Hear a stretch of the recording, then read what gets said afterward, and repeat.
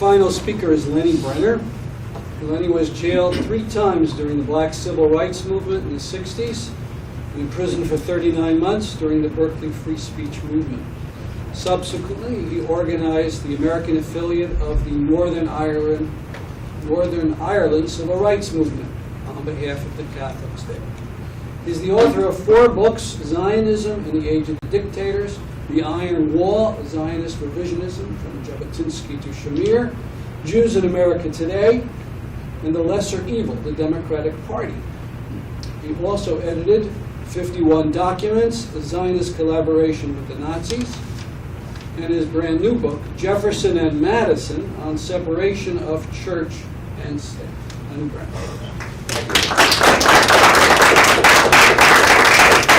It is just a coincidence that Bush got elected and Arafat died almost back to back. I forget which one happened first anymore, but they both happened. And the fact that they did forces everyone, Palestinian, progressive Israeli, and American, to ask the same question. So I'm going to hop from dealing with the Middle East to America and back.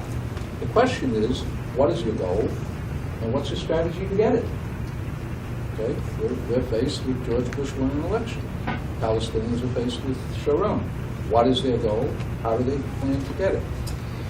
One of the most insightful experiences that I've had dealing with the Middle East was not in the Middle East, it was right here in New York. I went to hear a professor named Steve Cohen at one of these progressive Zionist synagogues, etc. Now, don't ask me which Professor Steve Cohen. I discovered that there are more professors named Steve Cohen than there are crooked Democrats. If you can right?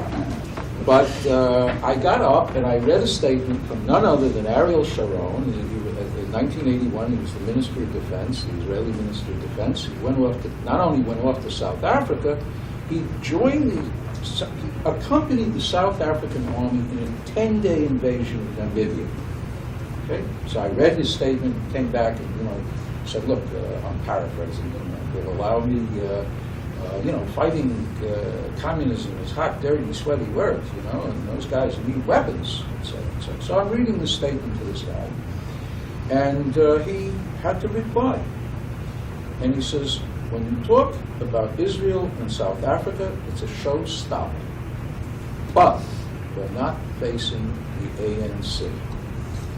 Now, in that kind of a meeting, I don't jump up and answer him. In other words, it's a very formal meeting and so on and so forth. But he was 101% right. Talk about Israel and South Africa, everybody's eyes is connected.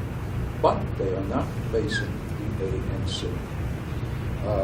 Someone mentioned Professor Ilian Papi, etc., who I had the pleasure of meeting myself here now, and so on and so forth.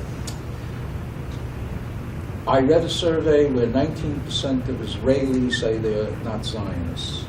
And what they are is another matter, but they're not Zionists. And I do know that about 10 years ago they had a #1 song on the hit parade in Israel in Hebrew. The Messiah isn't coming, he isn't even phoning. And now I challenge Americans to come up with a #1 song in the hit parade like that, right? But, that song really reflected a lot of kids in Israel, right? But the problem with both the progressive Israelis and, I read a poll, 25% of Palestinians say they're for a democratic secular state. The problem with it is that they seem to be at the stage where they're still arguing with the two-staters over one state versus two, rather than actually coming up with a strategy as to how to get that democratic secular state. Now, when I talk about a strategy, I talk from my experience in the civil rights movement here in the United States. We didn't just talk about equal rights, although we did, but we also always had strategies. We're going from here to here to here to here. We're doing this, okay? That's what seems to be missing inside Palestine now on the part of both aggressive Palestinians and aggressive Israelis. There's no, as I say, step-by-step strategy. Another example is everybody talks about a democratic secular state. Where's your draft constitution for a democratic secular state? In other words, people are entitled to know what they're going to get if you're going to come to power. What is it? Now, I just published a book on Jefferson and Madison, who invented Jefferson, of course. Madison, of course, was known as the father of the Constitution and the author of the Bill of Rights, etc. So I'm a little bit wired, as it were, on the question of constitutions, but not for nothing. In other words, you want to call it a constitution, you want to call it your program, whatever, it comes to the same thing. People are entitled to know what it is that you're going to give them. Okay? So my first challenge to all the Palestinians, and if there are any progressive Israelis here, is get up a committee, sit yourselves down, come up with a draft constitution, something that you can take to the public, both publics, show them what it is that you want. Okay? And, God forbid, you can also take it to the rest of the world and show them what you want. Right? That's my challenge. Then, my second challenge is what is your strategy to get it? If you remember, the older folks here will remember the North Carolina lunch counters, the drugstores that the Student Nonviolent Coordinating Committee would just march in and try to take over and so on and so forth. I'm proposing now, and the Constitution I insist on, that they got to come up with that. What I'm proposing is a strategy. It's just from here, and it's not there, but it's an idea of what I mean. Many of you may not know it, but there are Arabs, Palestinians, in the Israeli army. Been there since 1948, or not 48, but certainly by the 50s, okay? Bedouins, Druze, some Christians, etc. Take one of these guys, have them apply to an all-Jewish settlement on the West Bank. Okay, you know what's going to happen. They're going to say no. But then you organize your march to the thing, and you organize your demonstrations outside of every Israeli consulate in the world, and where there is no Israeli consulate, like in the Arab world, in some of the Arab countries, you organize that demonstration outside the American consulates. Okay? Because I tell you, you may feel isolated on the question of Palestine, but I've been involved in the Palestine issue since 1973, and there are pro-Palestinian elements all over the world. There are pro-Palestinian elements in every major university in the world, and certainly in every major university in the United States of America. Now, some of you are aware, and probably all of you are aware, Israel has 200 atom bombs. Okay? So Hamas can maybe drive Sharon out of Gaza. But as long as the score stands, ball fans, 200 atom bombs for the home team and 0 for the visiting team, they're not anywhere near the right of return. Okay? So the question is, how do you isolate the Israeli government?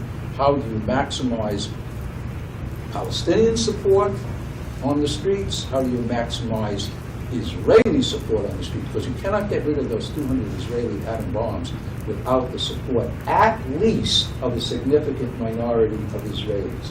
Impossible. Okay? You must win over a full commitment on the part of that 19% that I cited before, who are already broken with Zionism. And I emphasize, this is the exact opposite of the American electoral mentality, but you know, you can even, if you have a good strategy, win over some of your enemies. See, that's not done anymore in the United States. What you do is you maximize your support. You don't go out there and try to win over other people. But that's what you got to do if you're going to make a revolution in Palestine, or for that matter anywhere else. You have to win people over. Again, back to the Constitution. What are going to be the rights of Israelis? What are going to be the rights of Palestinians? We have to spell that out. more than that, that kind of draft constitution would go a long way to mobilizing support in the United States. Now, the one thing we got to give the Zionists credit for, okay? I know of no other movement ever in the history of the world that was so analytical about itself. They have 79 million think tanks figuring out every piece of strategy, and sometimes even, God forbid, they tell the truth. Okay? Now, what they say is, if you talk about Palestinian rights, you win over the support of the people. When the Palestinians talk about their injustices to them, they win over the support of people in the United States who believe in human rights. But they don't win over the support of the majority of people, because when the majority of Americans look at the Palestine issue, what they see is terrorism. Now, I'm not even arguing with that. On the contrary, I'm convinced that that's absolutely how you could divide the American people. As to what they're seeing the same thing, but they're interpreting it in different ways. Okay? So the moral of the story is to up the ante with regards to Palestinian rights and to back away from the terrorism. In other words, to get that out of the road, so to speak. All right? Now, for example, 99 out of 100 Americans have no idea that in Israel, a Jewish woman cannot initiate a divorce. They have no idea. Okay? But the overwhelming majority of Americans believe in equal rights for women. Right? We have to tell them about that. And nothing like a good constitution that has a little clause about divorce in it, you know? All right? We have to talk about the fact that some of those Jewish settlements on the West Bank, oh, 1 minute, oh my God. Some of those Jewish settlements on the West Bank are only for Orthodox Jews. Okay? In other words, when you start explaining what's actually going on there, then you can raise the question of why are you, as an American who believes in democracy and is supposed to believe in secularism, why are you paying money for that kind of a regime? Now, the Zionists have an answer to that, which is, oh, what you say is true, but why are you singling out Israel when Saudi Arabia is down the road, and Saudi Arabia is a monstrosity, takes away the rights of all women, etc., etc. The moral of the story is, talk about Israeli discrimination against women, talk about Saudi Arabian discrimination against women. Why is an American woman citizen, why do we have 500 troops right now in Saudi Arabia training the National Guard? The National Guard exists for only one reason: to keep the army from overthrowing the Saudi dictatorship. That's literally all it exists for.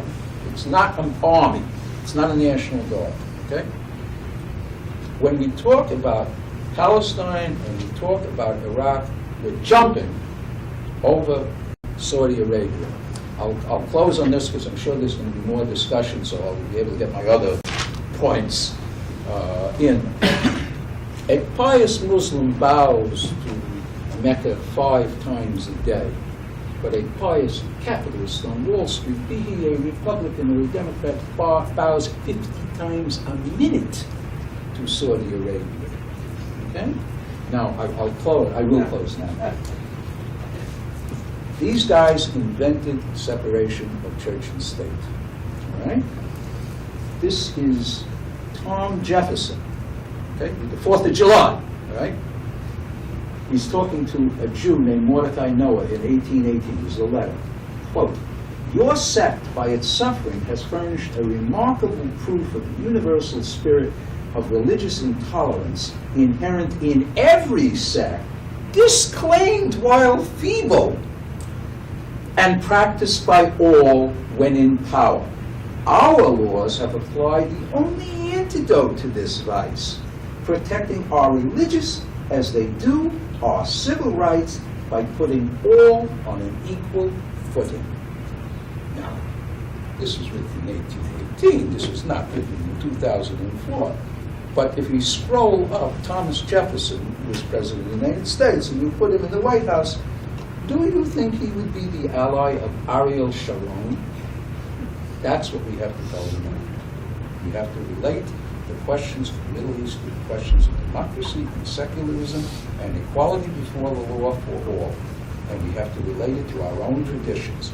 Once we are on that road, we put the Zionists on the defensive, we put Bush on the defensive, and we push that other Kerry on the defensive. And we go, and we have something to address the American people, and we have something to address the people in the Middle East.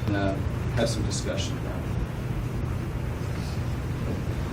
With regards to the right of return, the most important thing... it, which I support wholeheartedly. With regards to the right of return, the most important way of dealing with it that I can see is to put it in perspective of what is the Israeli right of return. Okay? In other words, right now, the Israeli government's attitude is that anybody who is an Orthodox Jew, or in some cases a Reform Jew, a conservative Jew in the United States, etc., has an automatic right to return to Israel, their homeland.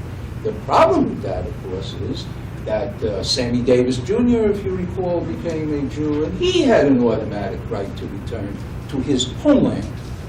Okay? In other words, when you're talking about Zionism, you're not just talking about a nationalist movement. It can't pull apart, a Zionist state can't pull apart nationalism and religion. So when you're talking about the right of return, you have to talk to Americans about this completely religious sectarian right of return for Israelis. On the other hand, you literally have Palestinians with the key to their family home. Okay? They have an automatic right to return.